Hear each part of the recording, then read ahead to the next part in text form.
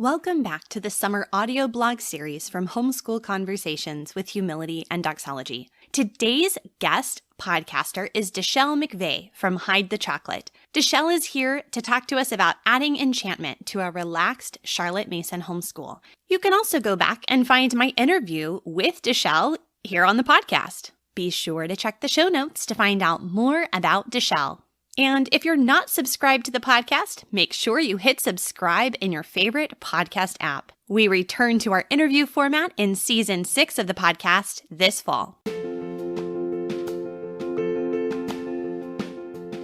know a pink red or white clothes. There are clips and 9 violet clothes. Oh my heart.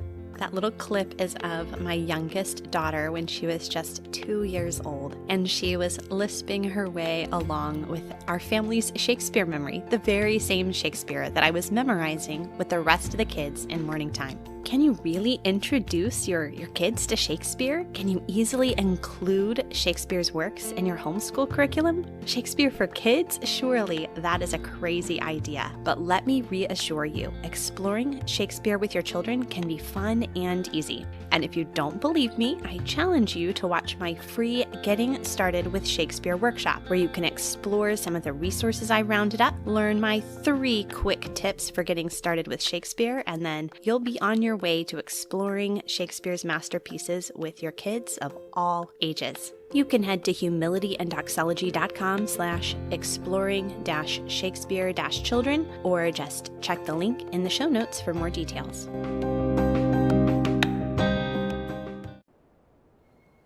Adding Enchantment to Literature with Relaxed Charlotte Mason Homeschooling by Dachelle McVey. Is your homeschool relaxed and inviting? At one time, our homeschool was miserable. We were following all the rules of school and enjoying absolutely none of it. School had become stale and boring. We desperately needed to add a little bit of enchantment to our relaxed Charlotte Mason homeschool. There are many different methods of homeschooling. You can take your pick from classical, Waldorf, traditional, unschooling, and so many more. The number one benefit of homeschooling is finding an educational method that works best for your family. When we started out, we embraced the ideas of Charlotte Mason, but we found it hard to follow some of the stricter ideals of the Charlotte Mason purist. We had to modify some over the years, but we still held to Mrs. Mason's core beliefs.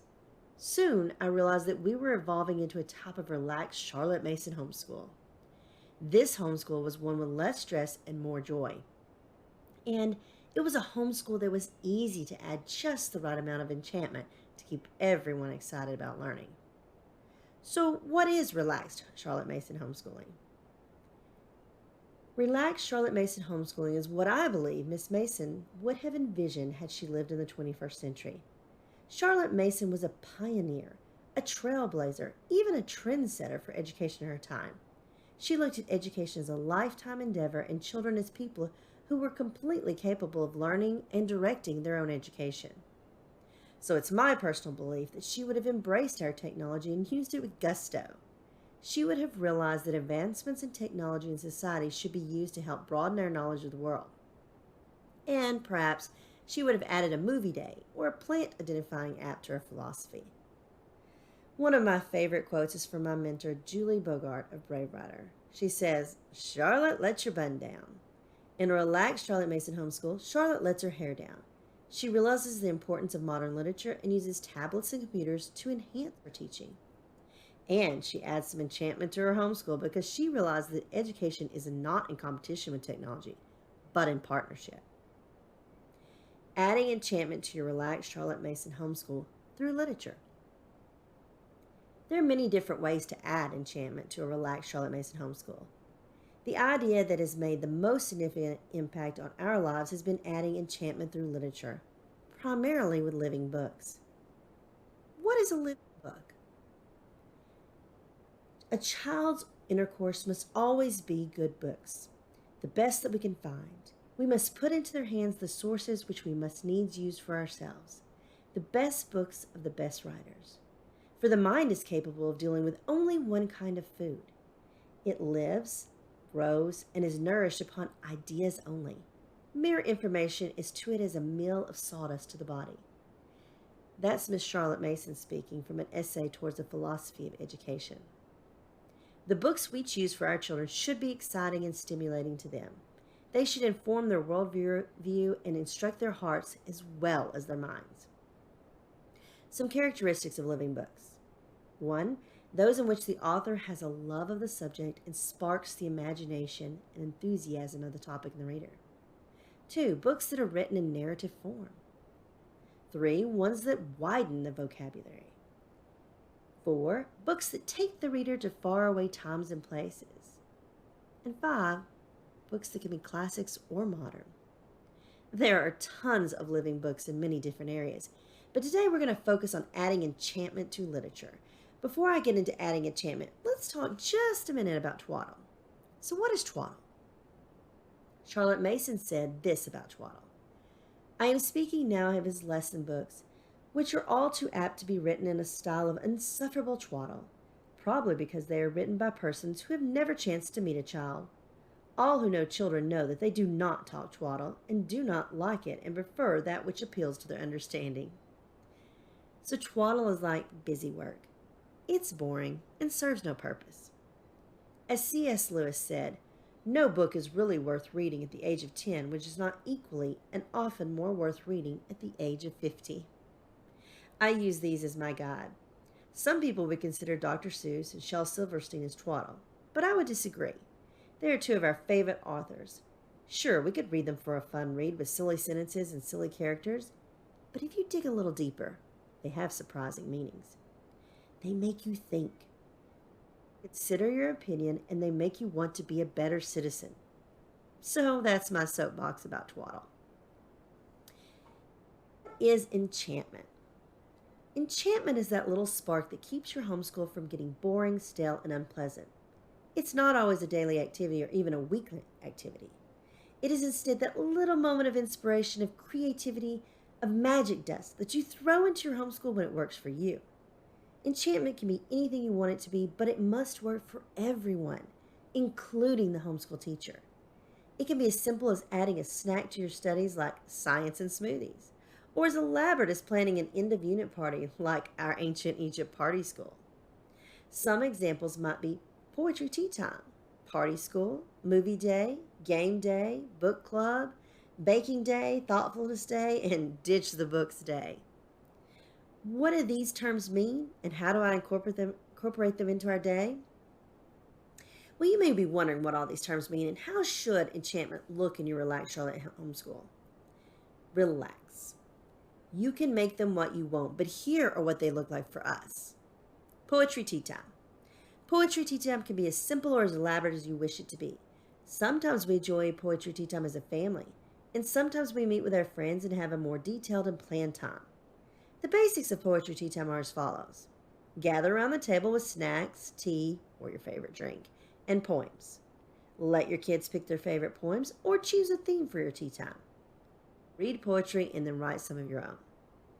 The point of this time is to introduce different types of poetry and authors to your children and create a nurturing atmosphere for a love of the poetic form.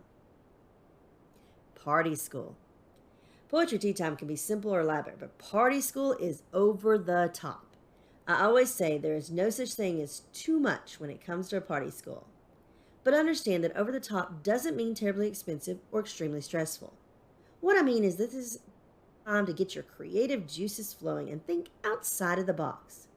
Stretch your imagination and come up with ideas that will excite your children, inspire them to love education. Here are some ideas for party schools. Celebrate finishing your latest read-aloud novel or unit study with a party. Choose foods and decorations that are inspired by your book or unit study. Dress up as the characters, the culture, or even the time period. Plan hands-on activities to bring the unit study or book to life. Outdoor adventures. Miss Mason was a firm believer that children should spend as much time as possible in the great outdoors and nature study. We enjoy nature study that is inspired by a picture book. The book doesn't have to be nature. It can be a whimsical, fun book. Nature study can be as simple and fun as following these steps. Choose a nature book or picture book and head outdoors. Read the book. Talk about aspects of nature such as the weather, setting, or characters. Take out your nature journal with you and record observations and sketch what you see. If this seems overwhelming, don't worry. You can use some of the ideas we have in our nature book clubs. We meet with our friends once a month for a nature adventure. Some other enchantment ideas. There's so many fun ways to add enchantment. Here are some that can get you started. Maker Monday. Let your kids explore hands-on activities. This could be crafts, art projects, woodworking, or sewing. Tinker Tuesday. Tinker crates, STEM projects, coding, or robotics. Baking Day. Get in the kitchen with your kids and do some baking, cooking, or even cake decoration. Thoughtfulness Thursday. Plan a community service project or outreach this day. Field Schooling Friday. Go on a field trip. Movie Day and Ditch the Books Day. Don't get out the books these days. Find ways of learning through other non-textbook ways. So how do I add enchantment? The first step to adding enchantment starts with your children. Think of what inspires your children, what interests them, makes them feel creative, might give them a little boost. Next, decide how you can feed their interest. What activities can you add that will bring joy to your day? Do you have supplies for those activities? Will this plan keep you from feeling exhausted, stressed, and overwhelmed? Then choose one thing. Choose one thing you can add to your day that will add a little magic dust. Don't try to add everything you thought of all at once or you'll become overwhelmed. Slowly add in one or two things at a time. Feel free to change those inspiring things up each week or month. Also, feel free to drop things that don't bring joy or cause too much stress. Do what works best for your family. Lastly, choose a time that you know is best for you. When do you have time to follow a rabbit trail? When can you spend all day making a mess and not be stressed? What day do you have free to go on an adventure? Choose a time that will allow you to explore without worrying about deadlines or schedules. What if this is still overwhelming? I understand. Implementing Charlotte Mason was difficult for us in the beginning. I love the philosophy, but it was foreign to me. The same can be said for implementing and adding enchantment to a relaxed, enchanting Charlotte Mason homeschool. If you're a purist, then this may feel like heresy, or it may be freeing. But here are some good tips for starting. Start with our Enchantment Planner. This planner guides you through the steps I just mentioned. It also provides checklists, enchantment ideas, and planning sheets that will help you to easily incorporate one or two ideas at a time so you aren't overwhelmed. Enroll in one of our free courses. We have them available for elementary up through high school. This will help you get started. These courses have enchantment activities planned with ideas for how to implement them in your nature study. Lastly, don't get overwhelmed. Do one thing. Enjoy what you're doing and let your children's interests guide you. Start your enchanting homeschool today. Make memories and enjoy the journey.